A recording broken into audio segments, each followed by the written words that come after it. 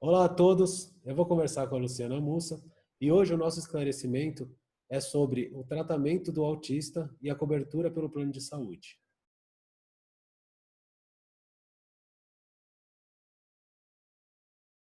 Olá a todos que estão nos assistindo.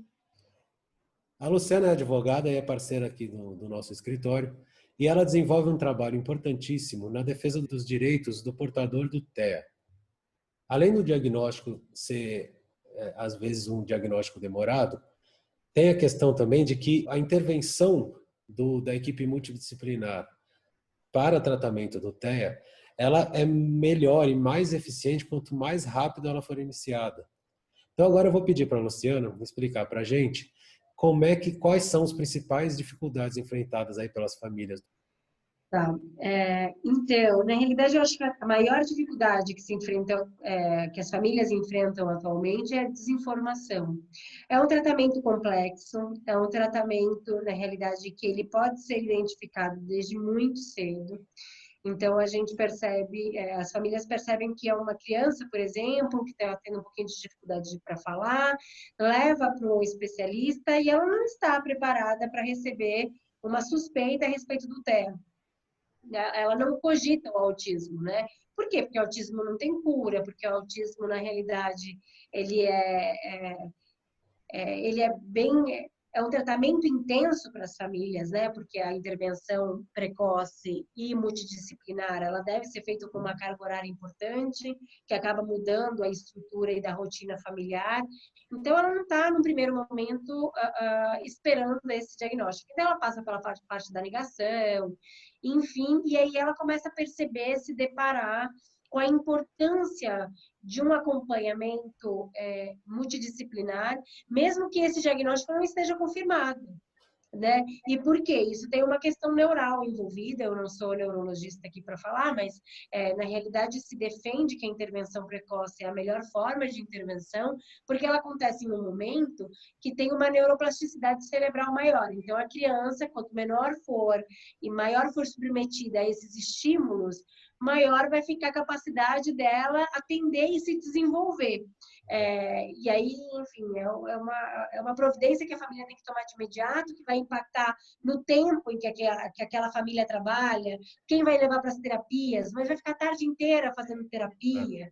Enfim, é um diagnóstico bem difícil mesmo, É, mas a gente percebe que não tem que se fugir desse tratamento, na realidade, tem que se encarar o tratamento, que é um período que vai fazer bem para a família inteira, inclusive é um período que vai ser determinante para decidir se aquela pessoa vai ser funcional no futuro ou não. vamos lá, deixa eu fazer umas perguntas direcionadas aí para a questão do seguro. O rol da ANS, que é o rol que define quais são os tratamentos que a seguradora obrigatoriamente tem que cobrir aqui no Brasil, o rol da ANS às vezes escolhe um tratamento para aquela doença ou para aquela condição, mas não escolhe outro. Como regra geral no seguro, a gente tem defendido, e o judiciário tem amparado essa posição, que quando o médico decide por um tratamento específico e há fundamento na literatura médica de que aquele tratamento é o mais adequado para aquele caso, estando ou não no rol da ANS, o judiciário determina que a seguradora pague. Ou seja, é um privilégio aí da decisão do médico, que é quem de fato sabe que aquele tratamento ele vai ser mais efetivo. No caso do TEA, como é que isso funciona? Então, primeiro a gente tem que explicar que o tratamento do TEA hoje, que se tem notícias, é o tratamento multidisciplinar, né? Que é feito por uma equipe de psicólogos, fonoaudiólogos, terapeutas ocupacionais e por aí vai. Esse é o tratamento básico do autista. O rol da ANS prevê expressamente a obrigatoriedade do plano de saúde oferecer esse tratamento, seja com psicólogo, com terapeuta ocupacional e com fono, tá? Dito isso, a gente precisa entender que a operadora, ela quer interferir no método em que essas terapias elas são feitas ao paciente. Então, por exemplo, agora nós temos, de alguns anos para cá, na realidade, o método ABA está sendo muito difundido. Para você ter uma ideia, Rafael, o método ABA hoje ele está no protocolo do Ministério da Saúde, ele está no protocolo de utilização do tratamento de TEA no estado de São Paulo. Então, enfim, é uma técnica, é um método que está sendo largamente indicado para essas crianças, porque ele se entende como o melhor método de resultado para essas crianças, principalmente com TEA. Esse método, as operadoras, elas insistem em dizer que ele não está prescrito no rol da ANS. Só que eu volto a dizer que, na realidade, a ANS determina a obrigatoriedade das sessões de terapia e não o método de aplicação dessas sessões. Então, ao meu ver, não é correto dizer que o ABA está ou não está no rol da ANS, porque o rol da ANS não interfere com relação a esse método de aplicação de uma terapia, de uma psicoterapia, em verdade. Então, por causa disso, como eu te falei, teve até uma consulta na ANS, quando ela estava revendo o rol em 2018, e questionaram expressamente a ANS com relação ao método ABA. E a ANS disse que que não precisava incluir expressamente o método, porque ele já estava prescrito no rol das psicoterapias. Então, isso reforça, em verdade, que está prescrito sim. Só que, por ser um método caro, não é muito conveniente para as operadoras disponibilizarem esse tratamento, né? Porque é um método que, ao contrário do generalista, ele indica uma intervenção intensa. O método ABA, para a gente ter uma ideia do que eu estou falando, prevê uma intervenção a partir de 20 horas semanais. E, claro, por ser mais intenso, é mais oneroso. Tá. Né? Agora, então, as operadoras têm apresentado uma resistência grande, insistindo que isso não está no rol, até para ser uma forma com que elas se livrem desse oferecimento de cobertura para os beneficiários. Né? agora aquela regra que eu falei na introdução, então, que apesar das seguradoras dizerem isso, o judiciário privilegia na hora que o profissional qualificado, aquele profissional técnico, seja o médico ou seja algum outro profissional da equipe multidisciplinar, que esse profissional indica, e com base científica, ele indica que o método mais apropriado para aquela criança, naquela fase, naquele estágio, o método ABA, por exemplo, é o método mais indicado, o judiciário tem entendido que isso deve ser coberto. Sim.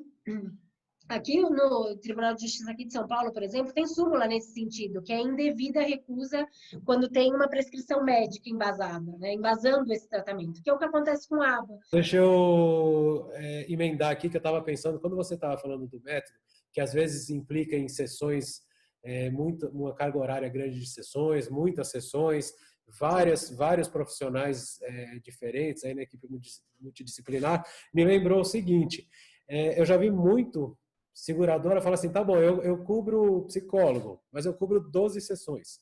Ou eu cubro nutricionista, mas enfim, é muito comum o plano de saúde dizer que cobre alguma disciplina, né, algum tipo de profissional, mas colocar um limite de sessões. Na hora que a gente fala de um tratamento longo, de um tratamento intenso, é importante que ele comece cedo, para que ele pegue uma boa parte da vida da pessoa, nós estamos falando de um tratamento que não consigo ver lógica em limitação no número de sessões, ou no tempo de tratamento. E aí jogo também de novo para você explicar para a gente como é que está funcionando isso com relação ao TEA. Isso acontece bastante, né? Infelizmente, porque as operadoras, elas, quando acatam esses tratamentos, elas limitam o número de sessões, porque a gente sabe que esse número limitado de sessões está no rol da ANS. Acontece que quando a gente fala de TEA, quando a gente cuida dessas crianças, enfim, a gente percebe que ela precisa de uma continuidade de tratamento. E o judiciário, ele é muito categórico, né, ao reforçar essa impossibilidade de suspender tratamento, porque como a gente está falando de uma carga horária tão intensa, imagina, 96 sessões acabam em 4, 5 meses, né, e a criança precisa de muito mais do que isso, e agora os adultos, né, porque temos também adultos com TEA, cada vez se descobre mais, né? Então, o judiciário é totalmente favorável a isso, ele entende que a lei do plano de saúde, né, ela é muito categórica a falar que o plano tem que cobrir tudo que for necessário para o restabelecimento da saúde, para reabilitação, para recuperação. Então, não tem, como você disse, não tem a menor lógica interromper esse tratamento que é tão importante, e ainda se a gente parar para considerar a intervenção precoce, né? Você tem todo um movimento para descobrir, para começar a tratar, e aí 96 sessões depois a operadora nega porque chegou no número máximo de sessões. Essa lógica, quando a gente fala dessa lógica em doenças, em outros tipos, em doenças que tem um tratamento com começo, meio e fim, fica muito fácil imaginar, né? O tratamento de câncer, a pessoa fez a cirurgia, mas depois então eu cubro um pouco de quimioterapia, mas agora acabou... 3 sessões de quimio, se você não melhorar, problema seu. Fica muito claro visualizar o quanto isso tornaria completamente inútil você fazer a primeira parte do tratamento, né? Então, ou seja... Não, e como que isso é totalmente contra ao contrato de plano de saúde que se firmou. Sim, né? Porque se você firmou um plano de saúde com a necessidade de ser atendido quando você precisa de um tratamento, não tem menor sentido você limitar esse tratamento, né? Então, e o judiciário entende isso perfeitamente. Na mesma linha, então, agora a gente falando sobre o local de tratamento. Um tratamento que precisa ser contínuo, um tratamento que precisa ser precoce, um tratamento que precisa cuidar de uma pessoa ou de uma família que está numa situação delicada, que não é fácil de lidar. Como é que funciona? E outra questão, um tratamento que precisa ser feito dentro daquele método que a ciência determinou que é o método mais adequado para aquela pessoa. Então, aí como é que a gente faz isso numa situação em que a seguradora, tudo bem, a seguradora tem que cobrir, mas na localidade onde mora aquela família, ela não tem, por exemplo, um centro próprio dela ou um centro credenciado ou referenciado que ofereça aquele tratamento e que seja fácil para aquela família que vai lá várias vezes por semana, por exemplo. Como é que funciona isso? Então, historicamente, a gente percebe que as operadoras de plano de saúde, elas não querem liberar o método exatamente por ser um tratamento custoso, enfim, como a gente já falou até agora. Só que elas perceberam que, em razão da alta judicialização disso, era muito mais vantajoso economicamente elas tentarem credenciar as clínicas que oferecessem esses métodos novos que foram aparecendo, né, como o método ABA. Só que o credenciamento dessas clínicas são poucas clínicas, né, que aceitaram, inclusive, trabalhar com essa base de valores que o plano paga. Então, o que se tem percebido é que elas, em razão dessas poucas clínicas que trabalham para as operadoras, né, para os planos de saúde, eles mandam todo mundo, mesmo fora dos municípios, aí para aquela clínica. E isso tem um outro problema, né? Porque, primeiro, como a gente está falando, é um tratamento intenso. Então, de muitas horas. Então, não faz sentido pedir para aquela família se deslocar 1h30, 2 horas para chegar na clínica, né, para começar o tratamento, né? Outra coisa, como tem esse favorecimento da intervenção precoce e tal, como a gente vem falando agora, são crianças pequenas, né? Então, crianças pequenas que já chegam cansadas na terapia e não aproveitam a terapia do jeito que elas têm que aproveitar. Certo. E aí tem até uma resolução da ANS que fala que o beneficiário ele tem que ser atendido dentro da área geográfica que ele contratou, no município que ele demandou. Então, por exemplo, você tem um plano de saúde que tem cobertura nacional. Não tem sentido de não ter atendimento em todos os municípios onde você está pedindo aquele atendimento. Mas e se não tiver? Se não tiver, a operadora tem que custear o atendimento naquele município onde você está demandando de forma particular, entendeu? De forma integral pela operadora. Porque normalmente, lógico, né? Quando a pessoa contrata um plano de saúde, ela normalmente contrata um plano que cobre o lugar onde ela vive.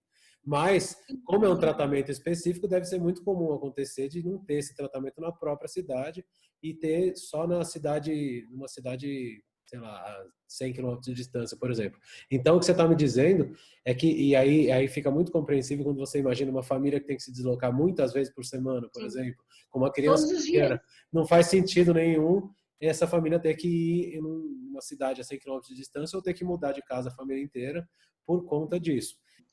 Essa resolução, ela diz que se houver profissionais naquele município que não são credenciados à operadora, a operadora tem que fazer um acordo com aquela clínica disponível naquele município.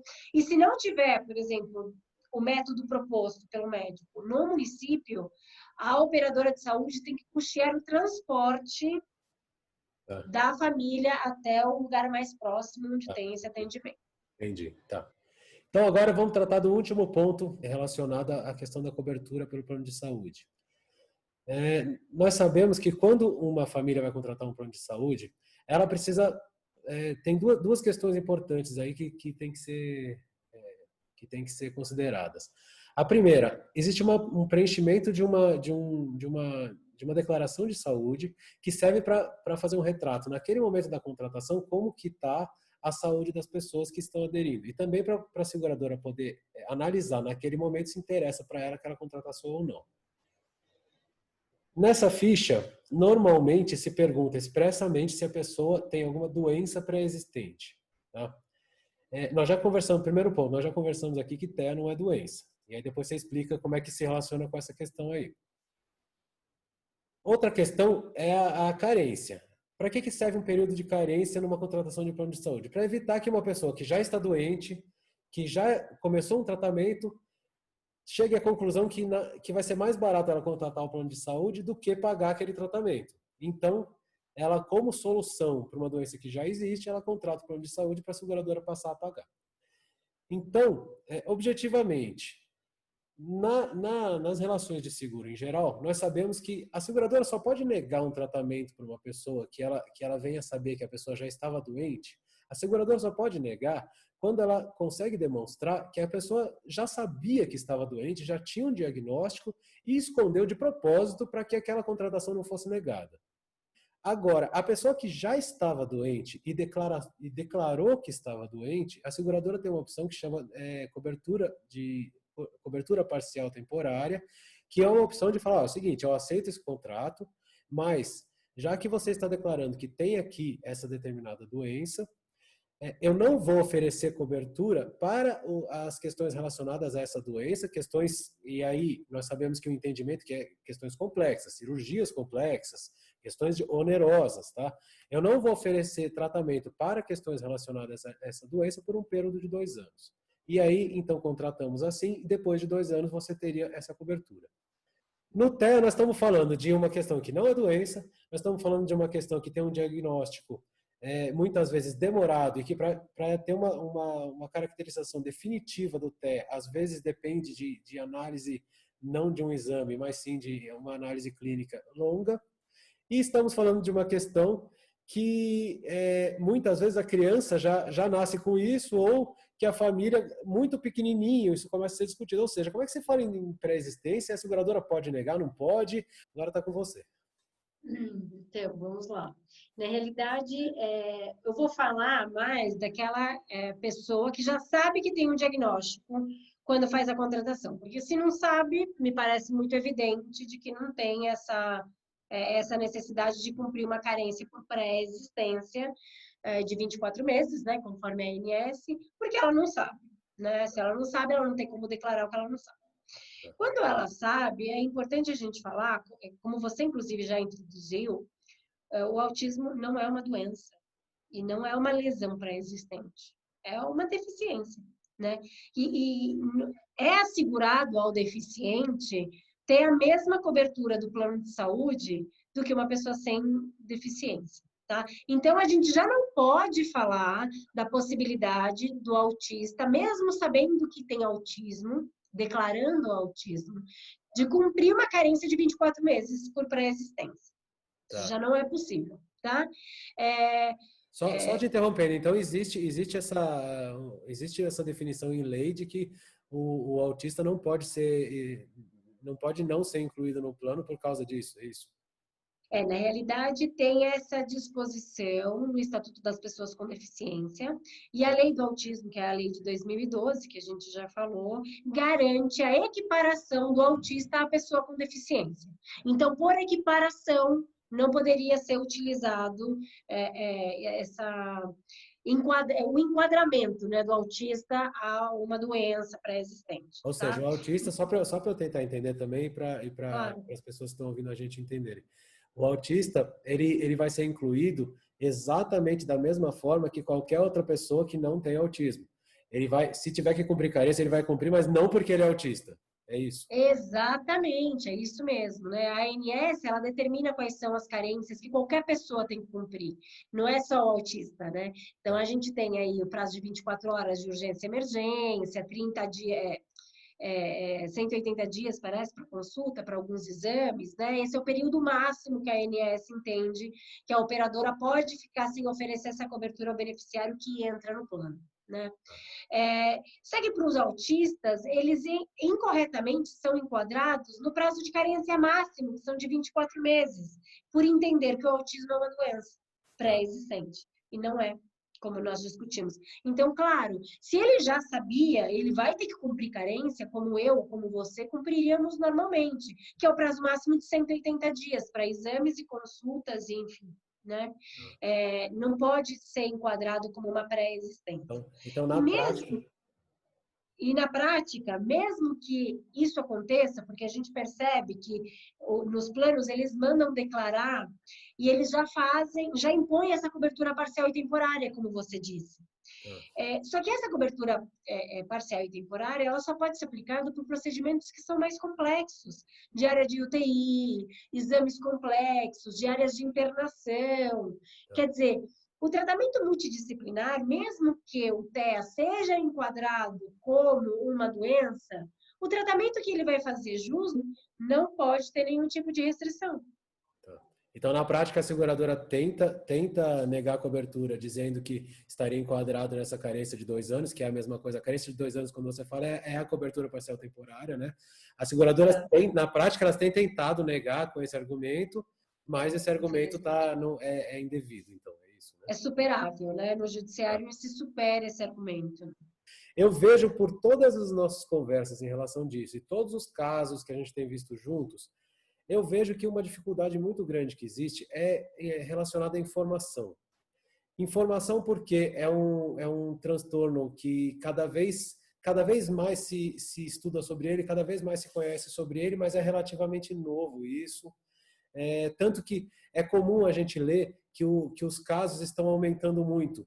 Na verdade, não é que os casos estão aumentando muito, esses casos estão sendo conhecidos, né? Na verdade, isso está sendo... A gente soube enquadrar. Isso está sendo enquadrado e não só nós, advogados, precisamos conhecer sobre isso para poder defender os direitos dos autistas, como a família deve passar por um processo de informação intenso na hora que isso começa a ter os sinais e começa a ser diagnosticado, começa esse processo de diagnóstico, como eu imagino também a dificuldade que seja para você, e aí você conta para a gente como é que é explicar para os próprios operadores do direito, para o judiciário, para os seus colegas advogados, que nem você está fazendo comigo já há algum tempo, que a gente tem trabalhado junto, como é que é explicar essa dinâmica toda diferente, porque é diferente, né? Quando você chega com um laudo de um exame de uma doença daquelas clássicas, é fácil, tem um laudo médico, tem um exame, é tudo totalmente diferente. Como é que faz por exemplo, na hora que você entra para o juiz ou quem vai decidir, entender essa dinâmica de que o tratamento ele precisa começar, não é que ele vai fazer o exame antes do diagnóstico, não, o tratamento vai ser antes do diagnóstico, né? Como é que funciona isso tudo? E aí você encerra aí fazendo a sua explicação sobre essa realidade toda que eu acho muito importante. Por favor.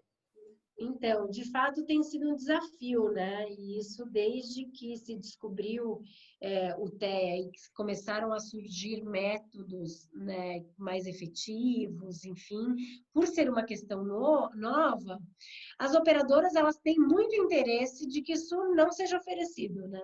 E aí cabe aos operadores de direito descobrir o que é o TEA. saber um pouco dessa doença, saber que cada autista tem um grau diferente e mesmo no mesmo grau pode ter características totalmente diferentes. Então, tem um autista que é verbal, tem outro autista que não é verbal, que tem uma seletividade alimentar e precisa de nutricionista, enfim. Tem rigidez muscular, precisa de fisioterapia. Então, é difícil mesmo a gente falar em juízo e demonstrar toda a complexidade do transtorno do espectro autista. É muito complexo, né? E principalmente porque não é uma patologia que dá para colocar todos no mesmo bolo. Só que a gente tem que explicar e a gente tem que levar isso para o judiciário cada vez com mais afinco, mostrando que o que se aplicou para uma criança não pode ser aplicado para outra. E que a melhor ponte de fazer, a melhor indicação de um tratamento é do médico, porque o transtorno, o espectro é muito grande. E cada criança pode ter uma associação com comorbidades ou não, enfim. Quer dizer, a gente tem que mostrar para ela realmente que cada paciente é individual. Isso é o trabalho do advogado, isso é trabalho do Ministério Público de preservar isso, é trabalho do juiz de identificar, de fato, as peculiaridades desse transtorno para conseguir melhor julgar. Então, enfim, de fato tem sido uma batalha, né? As operadoras, elas vêm com técnicas cada vez distintas mesmo, falam que o método é experimental, enfim, por serem métodos novos, enfim. Então, eu acho que nesse momento, como você bem falou, tudo se resume à informação, tanto para a sociedade, como para o judiciário, para os operadores do direito, para as famílias, para que a gente saiba lidar com essa nova realidade, que o transtorno do espectro autista é uma nova realidade, né? Cada vez mais incidente, né? A gente tem o controle de doenças dos Estados Unidos, a incidência do autismo aumenta a cada 2 anos, né? Então, quer dizer, quanto mais a gente conhece, mais a gente identifica, né? E por causa disso, essas demandas, né, repetitivas, assim, por causa disso. Mas é importante preservar a informação e a individualidade de cada paciente. Acho que esse é o nosso maior desafio. Acho que é isso aí. Eu agradeço você mais uma vez. Vamos continuar conversando. E coloco aqui, já vou colocar aqui o seu contato também para quem quiser tirar mais alguma dúvida direta com você aí. Certo? Obrigado, até a próxima. Imagina. Obrigado a todos.